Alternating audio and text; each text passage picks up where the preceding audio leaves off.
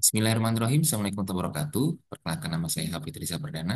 Pada kesempatan kali ini saya akan menjelaskan berkaitan dengan implementasi Lean Management di rumah sakit dengan menggunakan slide dari Pak Firman. Ya, oke, kita langsung share screen saja. Lean Management implementasi dalam pelayanan kesehatan. Nah, alasan implementasi manajemen sebenarnya ada banyak. Di sini di slide bisa kita lihat, tapi yang paling penting adalah bagaimana bisa adaptif dengan kondisi pelayanan kesehatan pada saat ini, memenuhi persaingan dan tuntutan pelanggan, serta bisa lebih efektif dan efisien, terutama di era BPJS pada saat ini, di mana rumah sakit itu untuk efisien dan efektif. Nah, salah satu hal yang bisa bikin Lean itu sangat baik di rumah sakit adalah berdasarkan beberapa, ini salah satu systematic review ya, bahwa bisa mengurangi waiting times dan length of stay. Ini kan sangat penting ya untuk meningkatkan efisiensi rumah sakit ya. Jadinya rumah sakit bisa lebih profesional dalam mengelola pasien. Kita lanjut ke apa itu Lean. Nah, lean itu adalah bagaimana kita bisa menilai mana item yang memiliki value atau memiliki nilai manfaat dan mana item yang masuk waste atau non value added ya. Nah, dua hal ini harus dipisahkan karena waste itu bisa memperlama suatu proses sehingga metodologi perbaikan proses untuk memberikan layanan yang lebih baik, lebih cepat dan lebih murah. Kata kuncinya itu. Oke, kita lanjut ke fondasi serta prinsip-prinsip Lean. Nah, berdasarkan buku Lean Thinking ini, prinsip Lean itu sebenarnya ada 5 ini, seperti yang tertera di layar. Value itu mengidentifikasi mana yang memiliki nilai atau kemanfaatan menurut perspektif pelanggan. Pelanggan itu luas ya. Jadi nomor satu tetap di rumah sakit pasien. Tapi juga siapapun yang terlibat pada rumah sakit tersebut, perawat, bidan, dokter, manajemen, nah itu juga termasuk pelanggan ya. Kemudian value stream mapping yaitu untuk memvisualisasi proses sehingga dibuat semacam flowchart seperti itu dan juga dibuat kuantitatif untuk memberikan nilai kuantitatif mana yang termasuk aktivitas value added. Kemudian flow bagaimana biar dia bisa terus berjalan dan pool bagaimana sumber daya ditarik sesuai kebutuhan pelanggan jadi tidak terlalu banyak stok jadi benar-benar efisien dan efektif. Kemudian perfection untuk mempertahankan semuanya bagus dalam standarisasi proses yang baik. Nah, kita lanjut ke cara implementasi. Idealnya memang harus dicukupkan dulu input prosesnya gitu dan sistem manajemen mutu. Namun, Prof. Laiker mengatakan bahwa sebenarnya bisa dimulai lean management dalam level bisnis apapun. Ya. Paling pertama itu deploying dulu. Jadi kita harus bentuk tim, kemudian sosialisasikan definisi lean-nya itu apa itu value, apa itu waste, downtime, toolsnya mau pakai apa. Nah itu kita tentukan dulu dan kemudian setelah ada tim kita ajarkan semua itu kepada tim ya. Kemudian dilakukan karena kalau nggak dilakukan ya hanya sekedar teori saja. Implementasi Lean dimulai dari yang tadi saya sampaikan yaitu pelatihan, kemudian proses apa yang mau dikerjakan. Jadi pilih satu proses yang berkontinu dan saling berhubungan ya. Misalnya mau di farmasi bagaimana agar proses farmasi tidak ada medication error. Nah, itu dicatat tuh semuanya. Nah, kemudian buang non value added, bentuk siklus baru yang tanpa non value added itu kemudian setelah berjalan kita buat tool standarnya. Jadi macam buat SPO tetapnya seperti itu. Oke, tadi kan harus identifikasi value pelanggan dan waste. Nah, kita harus tahu dulu value added itu apa. Jadi pelanggan bersedia membayar kegiatan tersebut, mengubah produk atau jasa menjadi lebih berarti dan benar sejak pertama kali. Nah, kita bisa identifikasi unitnya dari sini gitu. Jadi unit mana sama proses apa yang mau kita lakukan, kemudian kita tanyakan kepada para pelanggan, itu customer, kemudian informasi pendukungnya serta keinginan customernya itu apa.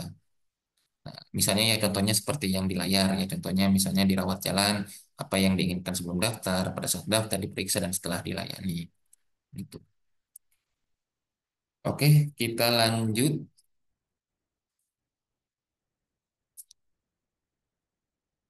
Nah. Ini berkaitan dengan downtime. Nah, ini untuk mengidentifikasi yang termasuk waste itu apa? Ya, waste itu mulai dari defect. Defect itu misalnya ada kekeliruan yang mungkin terjadi yang akan menghambat pada proses. Contoh misalnya ada kemungkinan input data salah, medication error tadi karena mungkin resep dokter tidak terbaca. Kemudian overproduction itu mengulang-ulang suatu hal. Misalnya untuk masuk kamar operasi ada lembar ini yang harus tanda tangan, terus kemudian lembar ini diisi juga, lembar itu diisi juga, jadi terlalu lama. Kemudian waiting, proses di mana tidak dilakukan apapun pada kondisi tersebut, hanya sekadar menunggu saja. Nah, kemudian non-utilized talent, jadi talent atau sumber daya atau karyawan yang kita miliki itu tidak ditempatkan sesuai dengan kemampuan atau kelebihannya gitu. Orang yang misalnya jago dalam persuasi tapi ditempatkan di speak gitu, tapi ditempatkan di administrasi jelas tidak akan maksimal. Kemudian transportation bagaimana menggunakan alat-alat itu tidak efisien dan efektif. Jadi misalnya ambulan tapi digunakan buat transportasi bukan untuk pasien. Kemudian inventory persediaan yang terlalu banyak, motion pergerakan orang yang terlalu berbolak-balik gitu. Padahal bisa dalam satu jalan yang sama. Kemudian extra processing, eh, dilakukannya suatu proses yang tidak memiliki value seperti misalnya ini sebenarnya penyampaian hal seperti ini bisa dengan lisan, kenapa harus ditulis gitu atau di print gitu. Ini bisa dengan digital, kenapa harus di print seperti itu ya. Penjelasannya ada di slide di sini ya. Oke, kita lanjut lagi ya. Kemudian setelah kita berhasil mengidentifikasi itu, kita membuat value stream mapping. Nah, value stream mapping ini dimulai dari kita mengerti dulu proses apa yang mau kita ambil, kemudian waktu prosesnya dan identifikasi waste-nya. Agar nanti, nah ini contohnya seperti ini.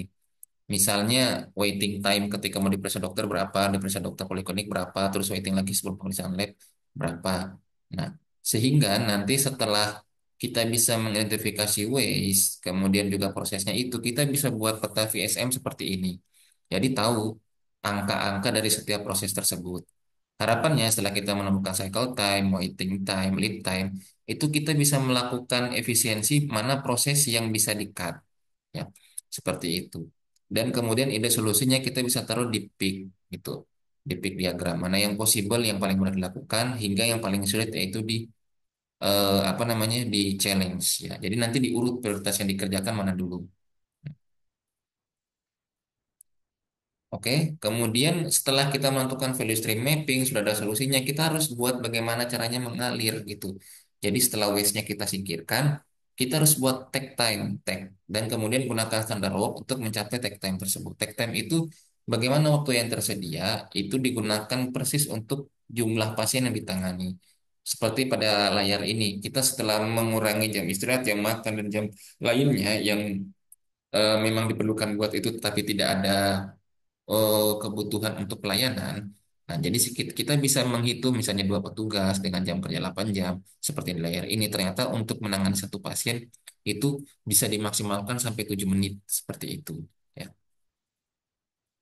Oke, setelah kita menemukan flow, kita pull bagaimana sumber daya itu bisa ditarik sesuai dengan kebutuhan pelanggan. Jadi nggak terlalu banyak nyetok ya. Misalnya nih ini banyak ember yang nggak rapi gitu terlalu banyak ini ya udah dikelompokin jadi empat sehingga dan sesuai dengan kebutuhan pada periode tertentu sehingga tidak terlalu nyetok banyak. Jadi ruangannya tuh terasa lebih luas ya. Dan yang paling terakhir ada perfection. Bagaimana mempertahankan flow itu terus kemudian layanan tersebut terlalu dibutuhkan, mutunya tetap bagus meskipun efisien dan efektif, bebas cacat, dan kemudian ada standarisasi proses. Bisa juga kita gunakan tools lain untuk melakukan evaluasi seperti PDSA, 5R, Visual Management untuk menjaga agar proses tersebut tetap berjalan. Ya. Baik, demikian apa yang saya sampaikan berkaitan dengan lean management dalam waktu 10 menit ini. Mungkin masih banyak hal yang bisa kita diskusikan. Nanti silahkan bisa rekan-rekan diskusikan di kolom komentar di channel YouTube saya ini. Ya, terima kasih. Assalamualaikum warahmatullahi wabarakatuh.